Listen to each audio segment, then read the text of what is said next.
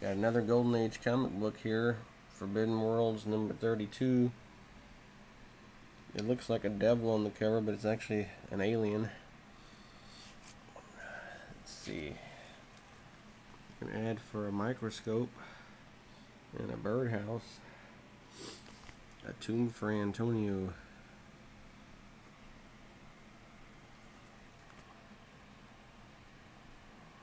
Wow. Let's see this story here. This guy visits Vienna. And when he visits Vienna, he sees this girl that he thinks he remembers. And also, when he's there, it reminds him like he's been there before, like a deja vu type deal. Then the girl has disappeared. No one else saw her. And later on, goes to a museum,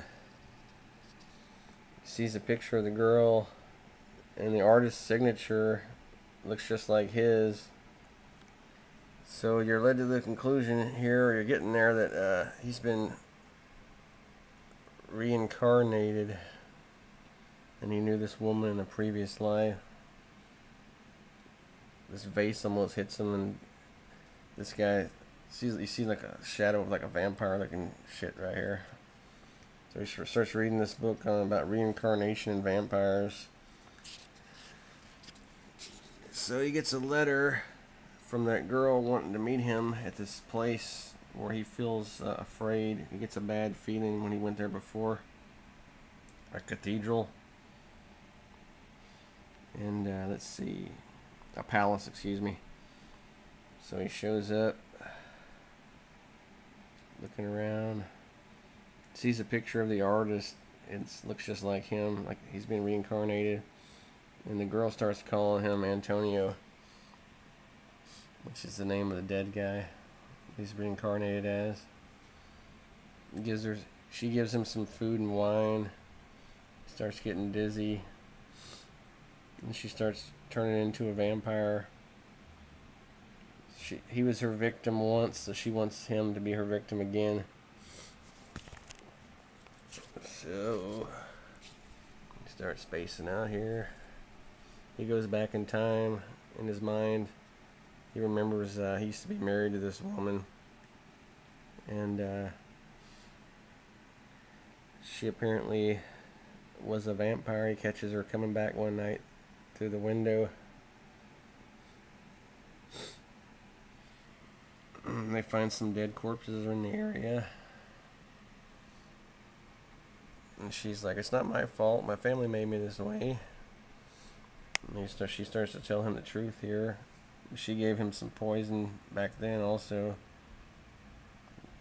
And she kills him. Then he comes back. I think here he floats back into the present. Let's see. Oh yeah, he was gonna kill her in the old life, but she killed him. This is his old corpse with a stake through it. She shows it to him. Then he kicks her. She falls backward on the spike and dies. So he leaves Venice and says, I'll never go back. That's the end of that one. Could you use $1 million? Hip pocket gym.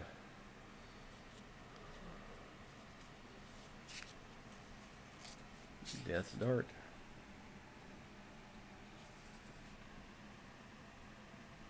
Invasion of the Deadlings. This is another weird story here. This girl's coming out to meet her boyfriend. He works at some kind of government facility, a radar station. She ran out of gas. She comes to pay him a visit. And she sees all these, all these creatures here. They're attacking the the guy's co-workers. They're like, help. And she finds out they're like spirits. After they kill the people, they inhabit their body and become like zombies. So she's running to her boyfriend here. He knows what's going on. He's been monitoring what's going on. They're coming from outer space. They're coming to attack here.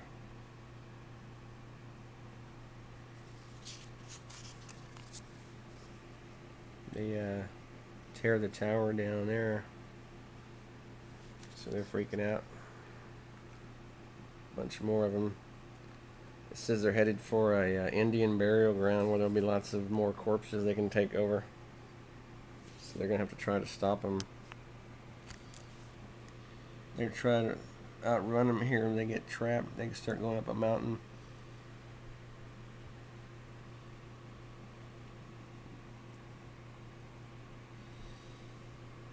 Then this part of the story gets kind of stupid. This guy claims because their zombie minds are unable to think, but human brain cells remain active for several hours after death. Even if I do become a deadling, my power would provide those creepy da-da-da. For some reason, this guy jumps off and kills himself, thinking his brain is so superior that he can control them even in death. But why didn't his fellow colleagues who died, how come they couldn't control him? It doesn't really make sense. So he becomes one. He starts out telling them what to do. The girl starts following. He leads the zombie crew to the inside of the facility.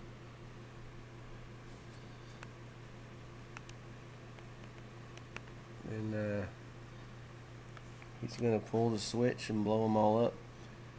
She's like, I still love you forever, so she's gonna die with this guy and get blown up with him. So it's like, boom, atomic bomb goes off, kills all the zombies and aliens.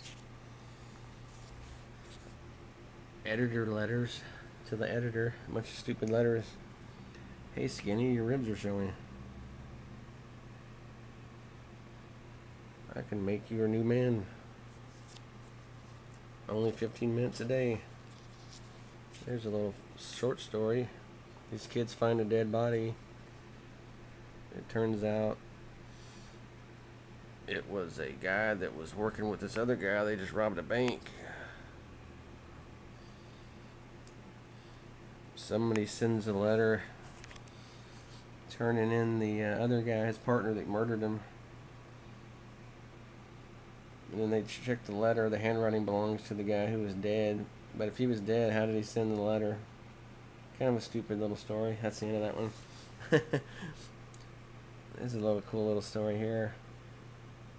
Secrets of Cynthia Crone.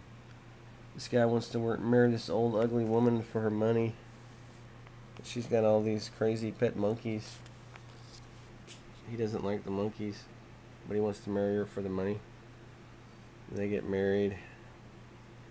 He's still freaked out. He doesn't like the monkeys. So she keeps the monkeys in a certain part of the house, behind the locked door. She doesn't want them going in there. She says it's a memorial to her. She had 3 prior husbands who died. He starts having a dream about 3 husbands. He can't see their faces. They're having dinner here.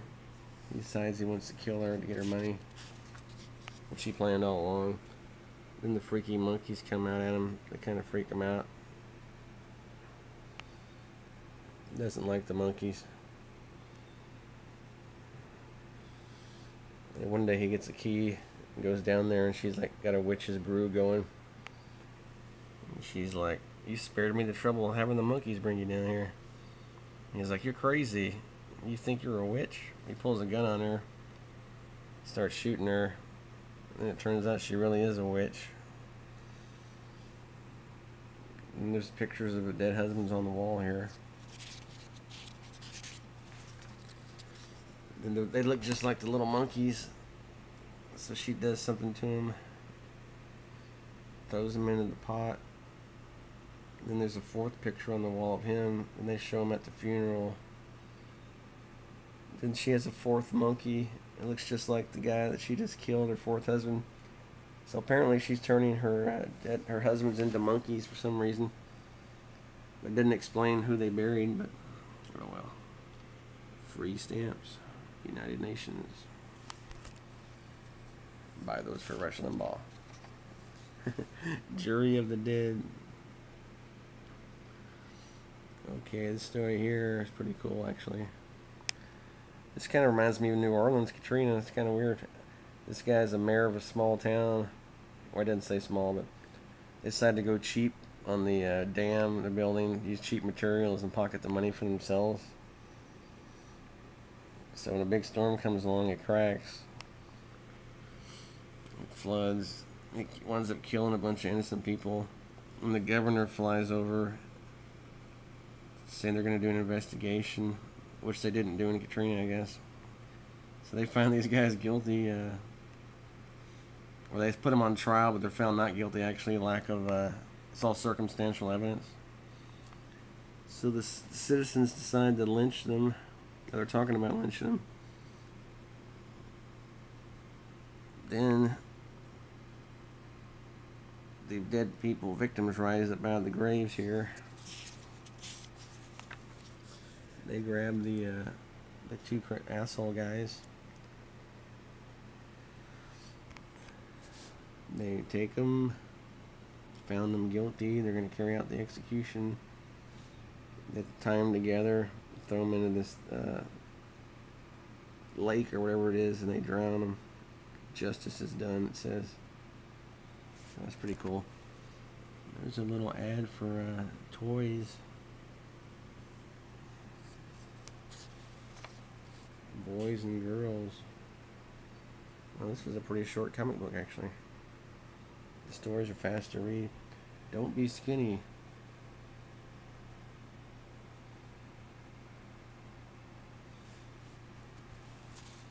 Now you can fly a real jet plane.